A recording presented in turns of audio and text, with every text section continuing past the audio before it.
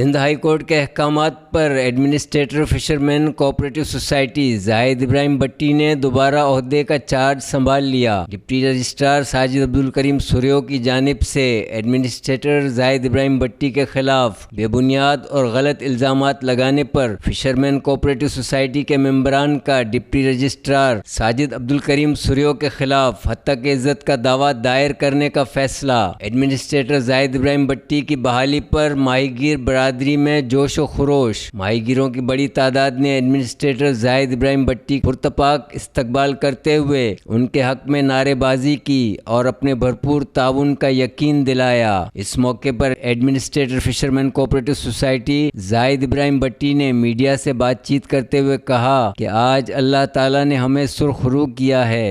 ये आज जो ये माहीगीर यहाँ पे जमा हुए हैं, बेसिकली ये पूरे मेंबर हैं फिशरमैन कोऑपरेटिव सोसाइटी के। फिशरमैन कोऑपरेटिव सोसाइटी को ये मेंबर्स चलाते हैं। सबसे पहले तो आप ये बात सब अब बावर मीडिया के तवस्सुत से मैं ये पहुंचाना चाहता हूं कि फ़िशरमैन कोऑपरेटिव सोसाइटी का जो रेवेन्यू है वो है फ़िशरमैनों का ख़ुद का जनरेट किया हुआ है। ये ट्रस्टेड इदारा है जो फ़िशरमैन अपने मुश्किल वक्त मुश्किल हालात के लिए यहाँ पे जमा करते हैं कि अगर उन पर कोई मुश्किल वक्त है तो ये पैसा उनको काम है। ना कभी हमें कोई प्रोविंस ने, ना कोई हमें कभी फेडरल की तरफ से फ़िशरमैनों को ना कभी कोई रिलीफ दी गई है, ना कुछ दिया गया है। 2 साल पहले तारीख़ में पहली मरतबा 70 साल हिस्ट्री 1945 से ये हमारा इदारा कायम है। 1945 से पाकिस्तान बनने से पहले हमारे बुज़ुर्गों ने, आबा व अजदाद ने इस इदारे को बनाया था, वजूद में लाया था 1945 में। तो 2 साल पहले मुझे यहाँ पर एडमिनिस्ट्रेटर बना के भेजा गया। जनाब आसिफ अली जरदारी साहब और बिलावल भुट्टो जरदारी साहब ने यहाँ पे स्पेशल, और हमारे हर दिल अजीज़ रहनुमा हुसैन असलम भट्टी साहब जो हमारी कौम का फ़ख्र हैं, जो हमारा सरमाया है, जिनकी कोशिशों से, जिनकी एफ़र्ट से आज मैं यहाँ पे खड़ा हूँ एज ए एडमिनिस्ट्रेटर। ये फ़िशरमैनों का इदारा है, हमारा माहीगीरों का इदारा है। इससे 4-5 साल पहले भी हमने स्ट्रगल शुरू की थी कि इस इदारे पे जो भी आए, चाहे मैं ना हूँ, मेरे बाद जो भी है वो माहीगीर हो, वो माहीगीरों से चुना हुआ बंदा हो। क्योंकि यहाँ का जो बंदा होगा तो उसको पता होगा कि यहाँ के मसाइल क्या हैं, माहीगीरों के मसाइल क्या हैं।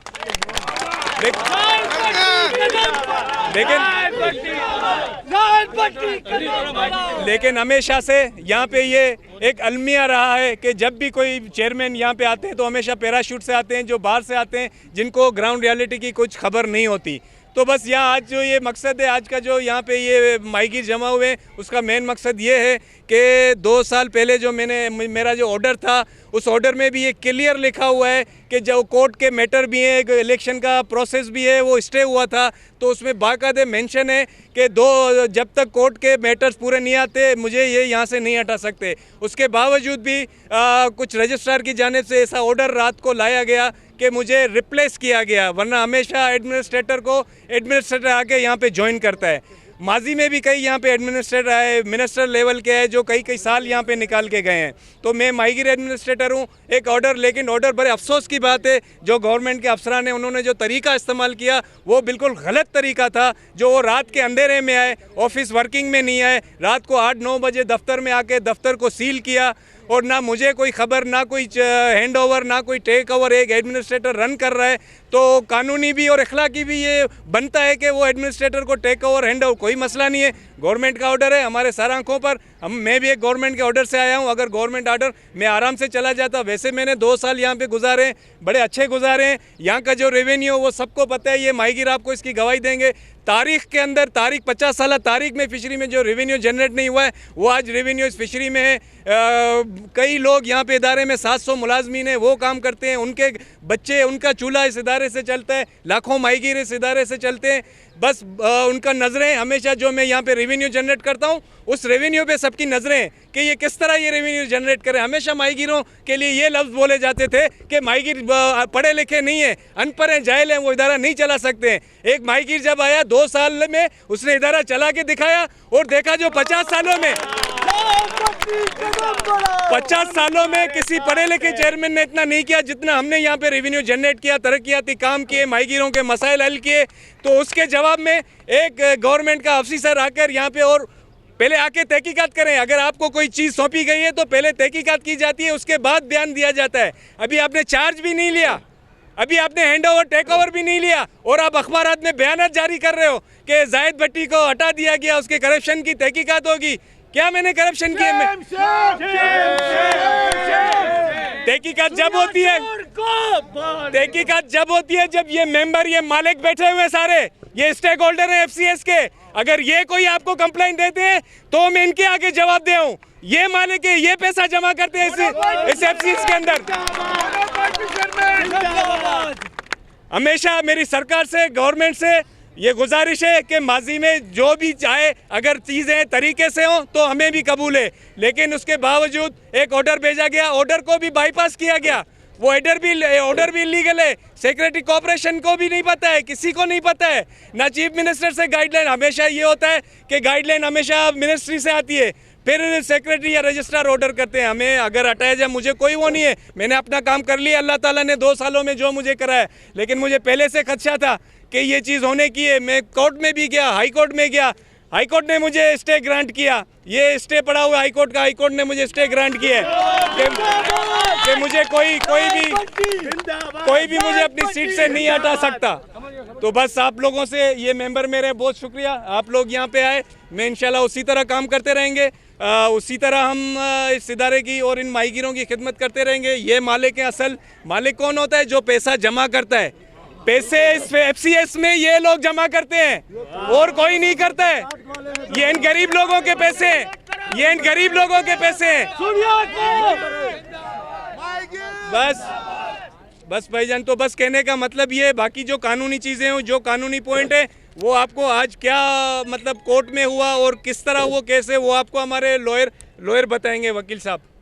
कोर्ट में आज जो है वो इसी बात पे जो है हम गए थे कि जो है ये जो जाहिद इब्राहिम साहब को जो है वो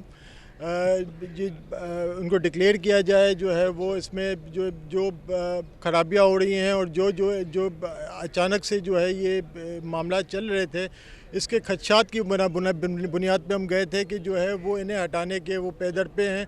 कोर्ट ने हमारी बात को अप्रिशिएट किया और उन्होंने जो है वो रिस्ट्रेन किया है उन डिफेंडेंट्स को कि जो है इनको ना हटाया जाए जब तक हमारा कोई ऑर्डर नहीं आता। तो यही ऑर्डर था और जो है वो इंशाल्लाह ताला जो है वो आगे भी वो प्रोसीड होता रहेगा।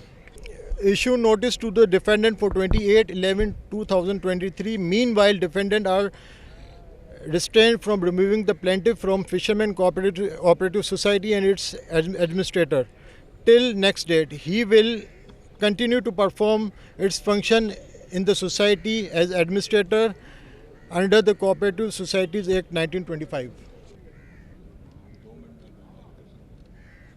और बहुत इम्पोर्टेंट पैगाम है आप तमाम माहीगीरों के लिए आप लोगों को देना चाह रहे हैं हम।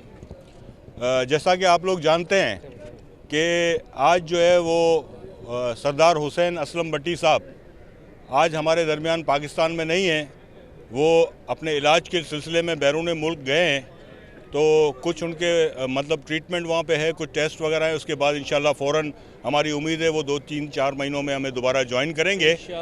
और आज वो माहीगीरों को एक जो पैगाम देकर गए हैं, हम उन हुसैन भट्टी भाई के लिए दुआगो हैं कि इंशाल्लाह वो, मेरी दुआ है कि 3 से 4 महीनों में दोबारा वो आज इसी प्लेटफॉर्म पे हमारे दरमियान होंगे ज़रूर इंशाल्लाह। हम सब उसके लिए दुआ करेंगे। और दूसरी बात ये है कि उन्होंने जाते हुए एक मैसेज सबके लिए अनाउंस किया था। तो आज जो माहीगीरों का दुश्मन है, जो चोर है, जो लुटेरा है, वो अपने दिमाग के गोशे में इस बात को डाल दे, अपने कान खोल के इस बात को सुन ले कि जिसने माहीगीर पे शब खून मारा उसको हुसैन भट्टी भाई ने ऐलानिया कहा है कि आज जब तक मैं नहीं होऊंगा आप लोग यहाँ सब हुसैन भट्टी हो, आप भी हुसैन भट्टी हो, आप भी हुसैन भट्टी हो, जाहिद भाई भी हुसैन भट्टी है, मैं भी हुसैन भट्टी हूँ, साजिद भाई भी हुसैन भट्टी है। अब जरा बच के हाथ रखना, अब हुसैन भट्टी एक नहीं है, बहुत सारे हैं। इंशाल्लाह बहुत जल्द वो हमारे दरमियान होंगे इंशाल्लाह। अस्सलाम वालेकुम भाई। ये है कि वजीफे का पैसा है, सबको ये वजीफे देते हैं, माइग्रों के हेल्थ का पैसा है, गरीबों का, यतीमों का पैसा है, और हमारी अपनी प्रॉफिट है, और ये हमारे दूसरे पैसे आके खाए। हम लोग अभी माइगर बैठे हैं, हम माइगर चोर है क्या? हम अपने ही पूरे गांव को चला रहे हैं, गरीबों को चला रहे हैं, वो हमारा ही पैसा दूसरे खा जावे यार, किसी का हक नहीं बनता है। और ये आज जाहिद भट्टी है, कल मैं होगा, परसों ये होगा, तरसों ये होगा, ये होगा। बाकी इधर जो है नहीं, हमें ना सिंध गवर्नमेंट का आदमी चाहिए ना वफाक का चाहिए। इधर जो है नहीं, जो हम माइगर है, हम अपनी फिशरी को हम खुद चलाएंगे।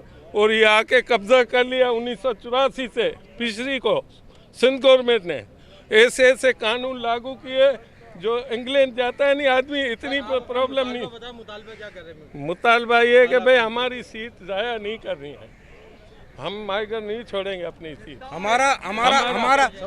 हमारा मुतालबा एक ही है, ये इदारा जो है बेसिकली माइगरों का है, तो यहाँ पर जो एक हेड मिनिस्टर माइगर पूरी इदारे को चला सकता है, तो इस बुनियाद पे हम माइगर और माइगर के बच्चे भी हैं जो उन इदारों को चला सकते हैं। अब हम कतई बर्दाश्त नहीं करेंगे कोई सिंध से आके, कोई खैबर पख्तूनख्वा से आके सीटों पे काबिज हुए। हम मुतालबा करते हैं कि इन सीटों को खाली करके माइगर के बच्चों को यहाँ पे बिठाएं। ये माइगरों का इदारा है और यहाँ पे माइगरी करेंगे हम। आला पाकिस्तान गवर्नमेंट, पाकिस्तान से भी हम करते हैं, मुतालबा करते हैं, और FCS के आला हुकाम से भी करते हैं कि ये माइगरों का इदारा है और माइगरों के हवाले किया जाए।